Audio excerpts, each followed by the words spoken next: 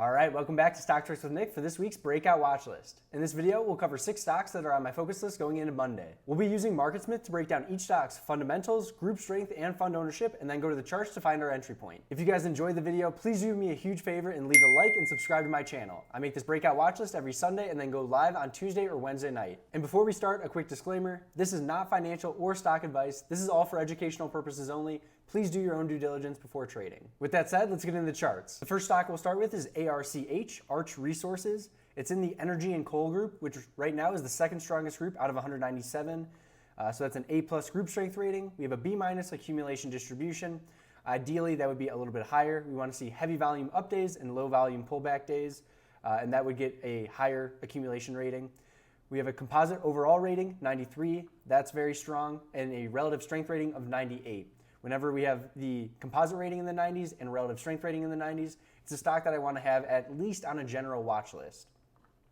Let's check within that group. Again, second strongest group in the market. It is the 6th strongest out of 13. That just shows you how strong this group is right now on a relative strength basis, and 3rd on a composite basis.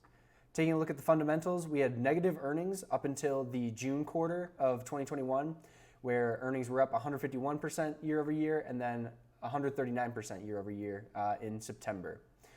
Sales went from -34, -12 to +41 and +55. We're starting to see that turn around, which is good. And after-tax profit margins increasing. We went from -22%, -2%, then +6 and +15. One last thing I want to check on MarketSmith is fund ownership. Is that increasing? You can see we stayed pretty steady from September of 2020 all the way up till December of 2021. That isn't ideal. Ideally, we're seeing heavier volume heavier fund ownership increasing. So we did go from 284 in March of 2021 to 306, slight increase there, but ideally it's a little bit more than that. Going to the charts, you can see this is in a stage 2 uptrend. We had a run of 280% off the lows in November of 2020. From there, we pulled back about 30% here, which does not violate the pullback rule. We want to see stocks that are pulling back 30%, ideally less, obviously, but no more than 50% on their pullbacks. So 30%, that's fine. We put in a cup here and then a handle the last couple days from the 19th to the 24th. Market's been very volatile, so a pullback here wasn't too surprising, a 17% pullback there. And then we started to consolidate in the second half of the week on Wednesday, Thursday, and Friday. Friday, we tested both the 10 and the 20 EMAs, and we found support at the 20 EMA, which is good to see. We rallied back up, and now we're looking for a potential buy point over Wednesday's high, 99.67. Call it a flat $100 would be the potential breakout point. Over that area, we also get over the main part of the volume shelf here, so less resistance up top. Again, this is ARCH. Next, we have an old favorite of mine, Dutch Bros Coffee, BROS. It's in retail restaurants, which is the 154th strongest group out of 197. So weak D+ group strength rating, has a B- accumulation, 76 overall composite rating, and a 78 relative strength. So neither are in the 90s. Nick, why are we talking about this? Let's go to the fundamentals first. So we had negative earnings, and then earnings 900% increase, 400% increase, and 75% increase year over year for each of the last 3 quarters. Sales were up 49, 49, 53, and 50 year over year. And after-tax profit margin improving, went from -7, +17, +13, and +8.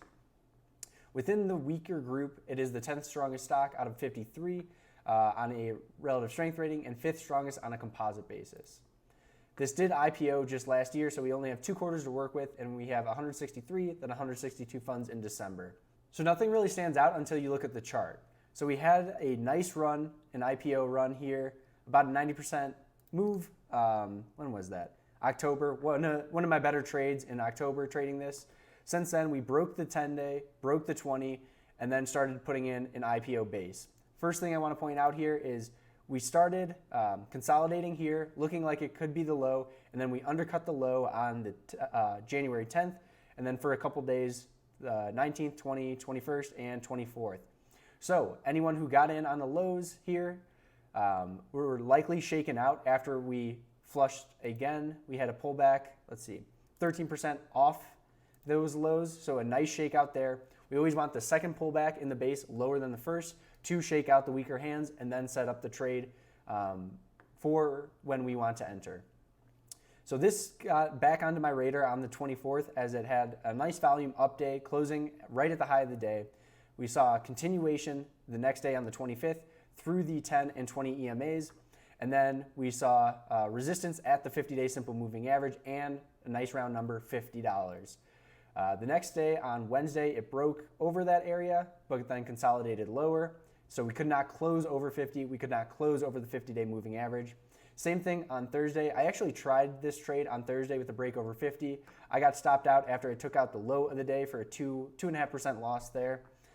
Just wasn't ready, so we had another pullback day on Friday. So we're putting in lower highs, lower lows, but we're consolidating here and on lower volume like I like to see. So a potential buy point would be break over 50, break over the 50-day simple moving average, and then you're on the upside of this volume shelf. You could wait and take this trade with a break over 52.12, the high from last Wednesday. In that case, you're more likely to be working up the right side of the base, but you have a higher entry point, so you always have to manage your risk that way. This is Dutch Bros Coffee, BROS. Next, we have Canadian Natural Resources, CNQ. This is in oil gas, which is the #1 strongest group in the market right now. So A+ group strength rating. We have a C+ accumulation distribution. That's on the weaker end, but a composite rating of 97 and a relative strength rating of 98. Both very strong there. Earnings per share were actually down, -74 to +512, +291, and then over 1,000% year over year, so that's a great sign there. Sales also improving, went from -15, +47, +127, +71, and after-tax profit margin improving from 3.5, 18.5, 23, and 27. Looking at group strength, within the group, it's the 4th strongest on relative strength, but again, it has a relative strength of 98. This is just the #1 strongest group in the market, and it's 3rd ranked on a composite basis. Fund ownership has been steadily increasing. We went from 1317 in December of 2020 to 1457 this December. Zooming out on the chart, and you can see a very nice uptrend continuing here. This was a stock that I traded in 2020 a couple times, once or twice in 2021, so happy to see it back on the radar this time. We recently had a really nice run here, about 43%. Then from there, we've pulled back to the 20 EMA, found support there, only a 12% pullback, and then a bounce back over the 10, and now 3 days, Wednesday, Thursday, Friday, all consolidating above the 10-day EMA, and on Thursday and Friday on less than average volume there. So what I would be looking for, ideally we get another couple days where we consolidate, allow that 20-day EMA to move up, so we have the 10 and 20 right at the same price, improving the trade odds, but a break over Thursday's high, 52.13, is a potential buy point for CNQ. We're halfway through the video. If you guys are enjoying it, please leave a like and subscribe to my channel for more trading content. Next, we have another IPO in the retail restaurant group, Sweetgreens, SG. So again, retail restaurants, weaker group, 154th out of 197. So D+ group strength rating, D+ accumulation distribution, 29 composite. Nothing sounds good yet. Relative strength 15, still not good. This is very much a technical play that we'll get to in the charts in a second here. Within the group, it's 49th out of 53 on relative strength and 44th out of 53 on a composite basis. Does not have positive earnings. Sales are starting to improve. We went from -15, -16 to +162 and +73. After-tax profit margin, still negative, still worsening, but worsening at a decelerating rate. So -70, -50, -31, and -27. Fund ownership on this, because it just IPO'd, we only have 1 quarter to work with, and we have 95 funds in the group. Looking at the chart, you can see it's kind of similar to Dutch Bros, except Dutch Bros had that 90% run up before declining and pulling back. This immediately started declining, had a pullback of 56% into the IPO base, and similar to Dutch Bros, we had a shakeout under the lows here. So we tightened up, and then failed here a couple days, shaking out the weaker hands from the low on December 3rd. From there, we had a huge volume day on the 24th, closing right at the high of the day, maybe top 95 percentile. Higher highs, higher lows the next day, tested the 10 and 20 EMA, but still closed above the 50 on heavier volume. Tried to move out again on Wednesday, higher highs, higher lows. The low of the day got supported at the 50-day moving average, and we had higher than average volume here. And then Thursday, Friday, we had pullback days to the 10 and 20 EMA. So what I would be looking for here is a break over Thursday's high, 31.27. That gets us over or right at the main part of the volume shelf, so less resistance up top for a clean run there, and above the 50-day moving average. I don't want to be trading stocks under the 50-day. Less probability on your side when you do that. So looking for another one of these heavy volume days back through the 50-day and 31.27, the high from Thursday. This is SG. Next, we have another oil and gas. This is Vermilion Energy, VET. This is the #1 strongest group out of 197, so A+ group strength rating, 85 composite rating, A- accumulation distribution. It's a little bit stronger than CNQ, and a 99 individual relative strength rating. Looking at the group, this is #1 on relative strength, #1 on accumulation distribution, but #4 out of 5 on composite basis. Fund ownership was steadily declining from March of 2020 up until, let's see, when did we bottom out here? Until June of 2021, and then only a slight increase in September and December. Since December, we've had a couple of nice volume up days here as we continue in the uptrend, so it's likely that some fund ownership has increased. We'll see that in March's numbers, but we do not have that at this point. Let's go to the fundamentals. We had negative earnings, then plus 137, plus 707, and then back to negative earnings in the September quarter. Sales went from minus 24, plus 6, plus 105, plus 91, and then after-tax profit margin, minus 18, plus 133, plus 114, back to minus 28. So as you can see, we've been in a very strong uptrend, up 604% from the October lows here. Another recent rally, about, 87% here. Since then, we had a pullback. Again, the market's been kind of weak of late, 17% pullback there. So actually, let me measure this again. It might be qualifying a little short for a high tight flag. That would be the ideal setup. But again, the last 3 days we've seen tightening. Not an inside day on Thursday, but inside candle on Friday above both the 10 and the 20 EMAs, above all the key moving averages actually. So what we're looking for is just, if we can take out the lows here and tighten up, maybe in the second half of the week we get a lower entry point. But just looking for a break over Friday's high, 1581 as a potential entry point if the market stays strong going into Monday for VET.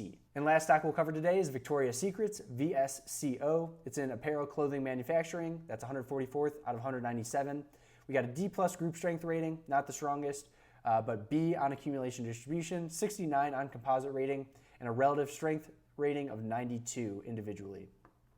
Within the group, this is the #1 strongest stock out of 27 on relative strength, and second on accumulation distribution, and 5th strongest on a composite rating. Taking a look at the fundamentals, we have earnings per share up 714%, 177, 277, and then 4. Sales went from minus 20 to plus 74, plus 54, and plus 7. And after-tax profit margins up 7, 11, 9, and 5. So all still improving there.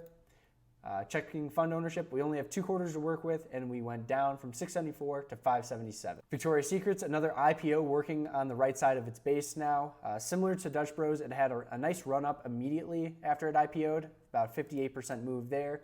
From there, we did pull back pretty strong, 37%. But again, look, the first pullback, we bounced. We had an earnings pop, but then we faded there and shook out the weaker hands off the low on October 12th. So we had a couple days where we took out that low. Let's measure it. About a 5% pullback from that low, shaking out the weak hands. Then we gapped up on heavy volume. Is this the heaviest volume since IPO? Yeah, heaviest volume since IPO week. But the market's not ready, so you saw these daily bars get wider and wider. Eventually, we lost the 50-day simple moving average, but on the 24th, we bounced after putting in a low, broke the 50, the 10, and the 20 EMAs. And since then, we've been putting in higher highs, higher lows up until Friday, where we have an inside candle, where we got supported at the 10 and the 20 EMAs and the main part of the volume shelf here. So after this bounce, we're starting to tighten up, and I'll be looking for a break over Thursday's high, 56.90 as a potential buy point. That would get us over the main part of this volume shelf as well, and more clear skies on the way up here. So this is Victoria's Secret's VSCO. And that's gonna be the breakout watch list of the week. If you guys enjoyed the video, please leave a like and subscribe to my channel. Again, I do this breakout watch list on Sundays and then go live either on Tuesday or Wednesday nights, depending on how the week plays out. Have a great week, and I'll see you guys Tuesday night.